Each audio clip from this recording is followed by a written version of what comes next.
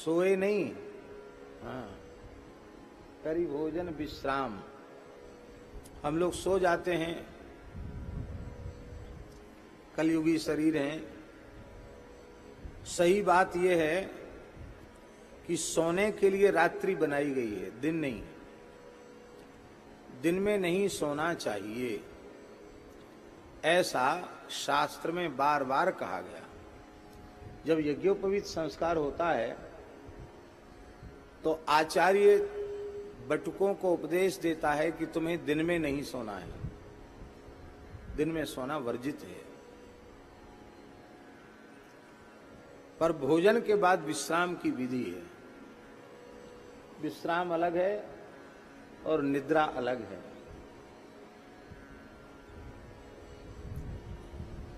चौसठ, 16, 32 और 64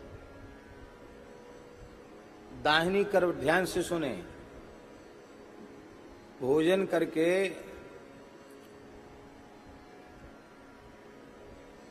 16 कुल्ला करना चाहिए। कितने कुल्ला? गिनती करके 16 कुल्ला। दंत धावन के पश्चात 12 कुल्लों की विधि है, गंडूस की विधि है। शौच के पश्चात 8 गंडूस की विधि है, कुल्ला की विधि है। किंतु भोजन के बाद 16 कुल्ले की विधि है। भोजनांते 16 गंडूस विधि।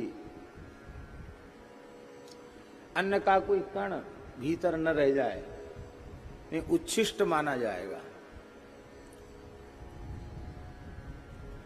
और 16 कुल्ला करके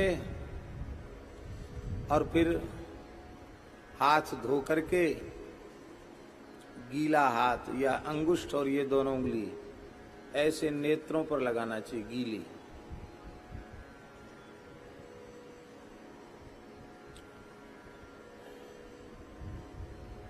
और उच्चारण करना चाहिए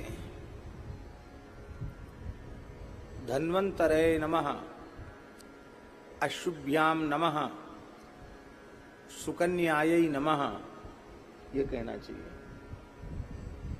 शर्याती की पुत्री सुकन्या, महर्षि च्यवन की पतिव्रता पत्नी, जो सुकन्या का, अश्विनी कुमारों का, धन्वंतरों का, धन्वंतरी का नाम लेकर गीले जल से अंगुष्ठ, मध्यमा और अनामिका का स्पर्श नेत्रों से नित्य प्रति करता है, तस्य चक्षुर न हीयते, उसकी नेत्र ज्योति समाप्त नहीं होती। हम लोग आलसी नहीं करते हैं, इसलिए।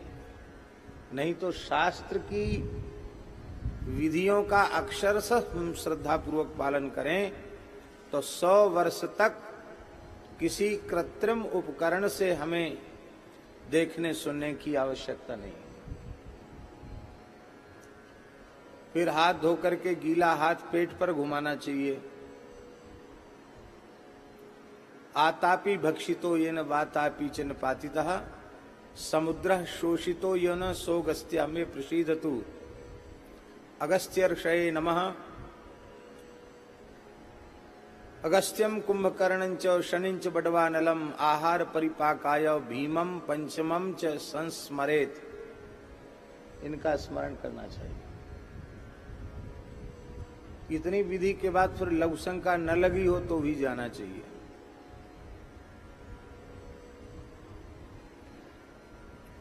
जीभ को तालू से सटाकर दोनों दांतों को थोड़ा कस के दबाकर तब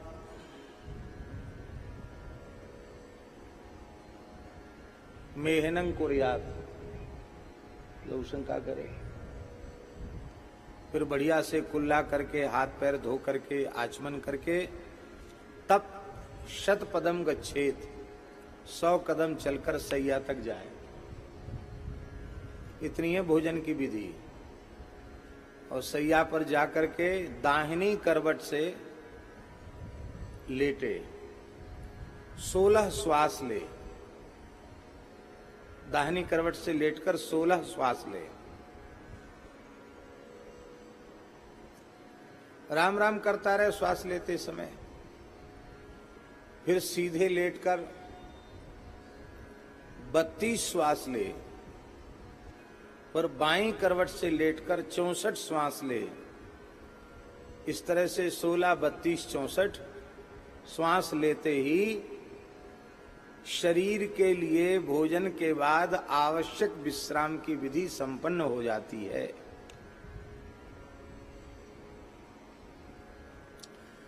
आप लोग कहेंगे कि कोई प्रमाण? हाँ, प्रमाण है ना। पूज्यपाद श्री धर्मसंघ वाले गुरुजी, जिनके चरणों में हमें बैठने का सौभाग्य मिला, हम पढ़ने जाते थे तो गुरुजी प्रसाद पाके और जिस विधि, जो हमने सब विधि बताई है, इस कही गई संपूर्ण विधि का पालन करके फिर कहते थे करी भोजन विश्राम। हमसे कहते ब्रह्मचारी जी विश्राम करें हम, तो ठीक गुरुजी। तो गुरुजी 16, 32, 64 करके और फिर बैठ जाते, बोलो, पढ़ाना शुरू। फिर 5 बजे शाम तक पढ़ाते थे, फिर स्नान संध्या के लिए चले जाते। और 102 वर्ष की आयु तक गुरुजी पढ़ाते रहे। चश्मा नहीं लगा, कमरे में लाइट तो जलाते नहीं थे, अंधेरा सा रहता था कोठरी में जहां उनका निवास था। उनका गुरुजी लाइट जला दें तो कहते रे सूर्य भगवान का तिरस्कार हो जाएगा, दिन में लाइट जलाओगे तो सूर्य नारायण का तिरस्कार हो जाएगा।